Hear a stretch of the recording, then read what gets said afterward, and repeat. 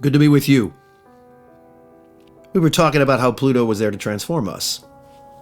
And being the last one out, the sort of what is known as the primum mobile, the ruler of the firmament, if you will. Some of the ancient scriptures, including the Bible, speak of the sky as a firmament. And when we break that word down, which is very simple, it just means steady mind, because ment is mental, firmament means firm mind or steady mind, fixed mind. We were talking about Aquarius in part 1, and Aquarius in the zodiac represents fixed air, which is the mental, the fixed mental. So there's something fascinating about the so-called firmament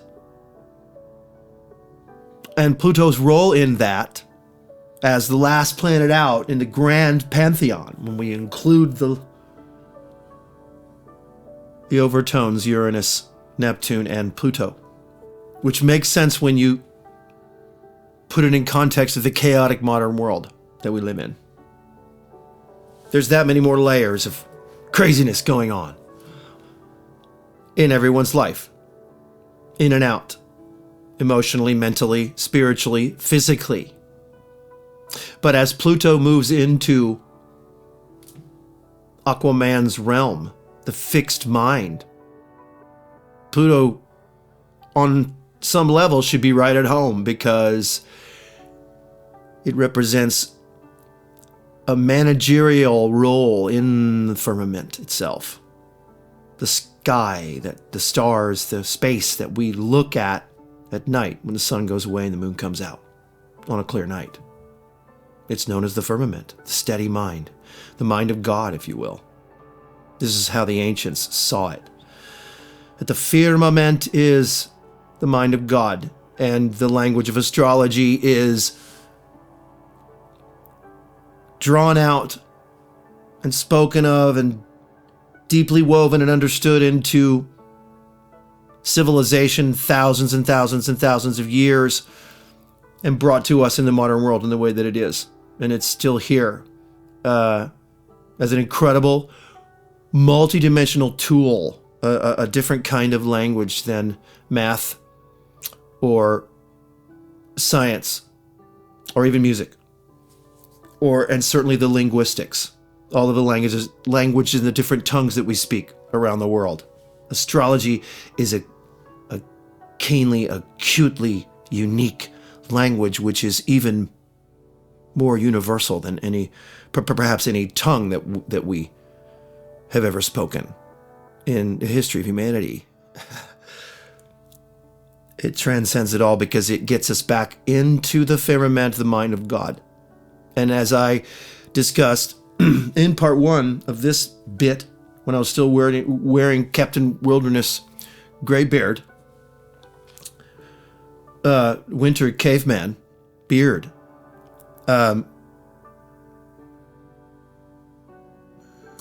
holy God. Jeez Louise. Wherever that ended off, here's where I'll pick it up. On that level, Pluto ought to be real comfortable in a certain way in the sign of Aquarius for the next 20 years. It doesn't mean it's going to be a comfortable ride for the world or us or individuals with particular aspects in the sign of Aquarius or in opposition or other reasons. It's going to affect us all. But there's something about the Aquarius representing the firmament and the mind of God, and the fact that it is that cusp point in the grand cycle, the Gnostic cycle of the ages. It is the place where the shift happens. And I can't help but muse with hope that it is this very place in the sky and in the grand cycle, with Pluto involved particularly for the next 20 years as a great catalyst for nudging us back into to the path toward God again. And because Pluto is so keenly important in governing the firmament itself, because it's the furthest out, i.e. the deepest aspects of us, that which is the furthest out in the firmament represents the deepest aspects of us, metaphysically speaking, spiritually speaking, astrologically speaking. Pluto's trip through the area of the sky which represents the energy of fixed mind, firm mind, steady mind in the world, 20 years, is a powerful relationship, and a completely different one than we might have seen or experienced over the last 15 years while it traversed the area of Capricornius.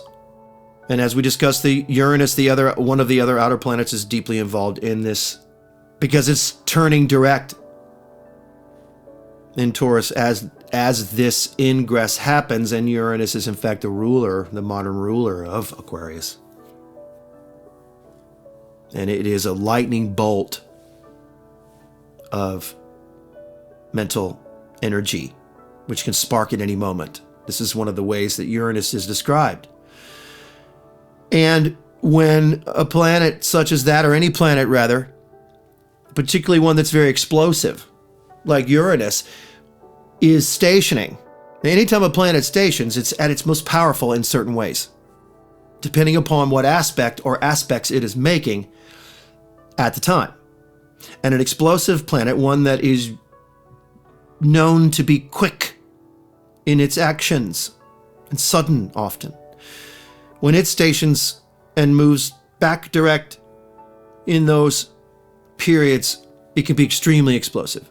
And this is what's happening now as Pluto dips into Aquarius for the second time of 3 to be gone and done with for the next 250 years by the end of 2024 completely. There's something about this second of 3 that seems to really be putting us over the hump of the super drag that has been its trip through Capricorn. If you think of the energies of the zodiac, the 4 sectors of the seasons, each one has a cardinal, a fixed, and a mutable. We have an up, a steady, and a down, if you will, just thinking of it visually. And Pluto is moving into the fixed sign of Aquarius.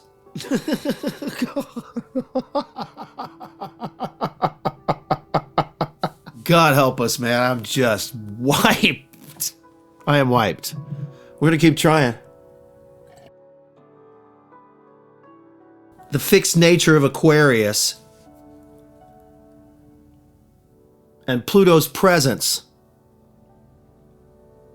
entering that sign, finally, is really cool because we know that the climb is over. We know that there's far to travel. Every season has a cardinal, a fixed, and immutable. We have reached the end. Pluto, i.e. power, control, has finished his climbing part. And let's not forget that Capricorn, which is where Pluto has been traversing for the last 14 to 15 years, is the goat, the mountain goat, the mystical sea goat, as it is also known. But on solid land, we think of the mountain goat, which climbs up walls and cliffs and goes to ridiculous heights for no seeming reason. It's just their nature. They can't help it. It's their nature. It's the Capricorn's nature to climb, and it represents the cardinal place in the zodiac in Northern Hemisphere astrology, where the sun is at its very bottom, Saturnalia, at the winter solstice, is the kickoff of the Capricornius season every year, the very bottom of the Northern Hemisphere astrology, of the zodiac. And so Capricorn's climb could be seen of in that light as the steepest of climbs, the bumpiest of climbs, the rockiest of climbs, the slipperiest of climbs in all of the cardinal climbing energies in the zodiac. And Pluto has just made that climb. Pluto has done the mountain goat thing and gone up to the ridiculous cliff so it can see what the mountain goat can see. And of course, Pluto can see whatever it wants to see. I'm talking metaphorically about how it represents change in us, in humanity, in the advancement of our souls and our path back to God. And so the toughest of climbs is over. Is a very nice, positive way to think about it. And it's interesting that the last time Pluto was in this place in the sky, some 240 to 50 something years ago, this was the American Revolution. Literally. And I don't have to give you the history. There are far better people to do that than me. But all we have to do is take a peek at that historical event and other events during that time period to see that it was tumultuous and it was massive and it was huge and it was a time period that changed the world forever. This time period that Pluto is coming back into now. And it is what is known as the United States Pluto return, because every nation, just like every person, has a natal chart, and which can be read. The transits of the heavens can be read during the time period, down to the day, if necessary. Of course, when we're born, it is down to the day. And a country has a birth time as well, and Pluto was just about right where it is now, upcoming for the next 2 years, I would say. During that time, some 240 to 50 something years ago. Again, I'm not the historian. But some historical events we all know about when they're really big. And guess what? Every time Pluto changes signs, something big. We talked in part 1 about that in 2008. And of course, it had something to do at the time with the housing markets and the banking system, because Capricorn is structure, Saturn, buildings, institutions, and what was it? Houses and money. There you go.